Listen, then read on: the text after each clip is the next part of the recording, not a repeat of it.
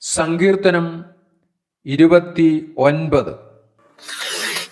ദൈവപുത്രന്മാരെ യഹോവയ്ക്ക് കൊടുപ്പിൻ, യഹോവയ്ക്ക് മഹത്വവും ശക്തിയും കൊടുപ്പിൻ, യഹോവയ്ക്ക് അവന്റെ നാമത്തിന്റെ മഹത്വം കൊടുപ്പിൻ.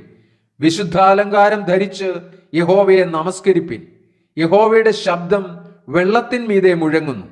പെരുവെള്ളത്തിന്മീതെ യഹോവ മഹത്വത്തിന്റെ ദൈവം തന്നെ ഇടിമുഴക്കുന്നു. യഹോവയുടെ ശബ്ദം ശക്തിയോടെ മുഴങ്ങുന്നു. യഹോവയുടെ ശബ്ദം മഹിമയോടെ മുഴങ്ങുന്നു. യഹോവയുടെ ശബ്ദം ദേവദാരുക്കളെ തകർക്കുന്നു. യഹോവ ലെബാനോനിലെ ദേവദാരുക്കളെ തകർക്കുന്നു. അവൻ അവയെ കാളക്കുട്ടിയെ പോലെയും ലെബാനോനെയും സിരിയോനെയും കാട്ടുപോത്തിൻകുട്ടിയെ പോലെയും തുള്ളിക്കുന്നു. യഹോവയുടെ ശബ്ദം അഗ്നിജ്വാലകളെ ചിഹ്നിക്കുന്നു. യഹോവയുടെ ശബ്ദം മരുഭൂമിയെ നടുക്കുന്നു. യഹോവ കാദേശ് മരുവിനെ നടുക്കുന്നു. യഹോവയുടെ ശബ്ദം മാൻപേടകളെ പ്രസവിക്കുമാറാക്കുന്നു.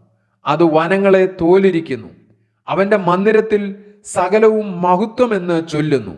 യഹോവ ജലപ്രളയത്തിന്മീതെ ഇരുന്നു. യഹോവ എന്നേക്കും രാജാവായിരിക്കുന്നു. യഹോവ തന്റെ ജനത്തിന് ശക്തി നൽകും. യഹോവ തന്റെ ജനത്തെ സമാധാനം നൽകി അനുഗ്രഹിക്കും.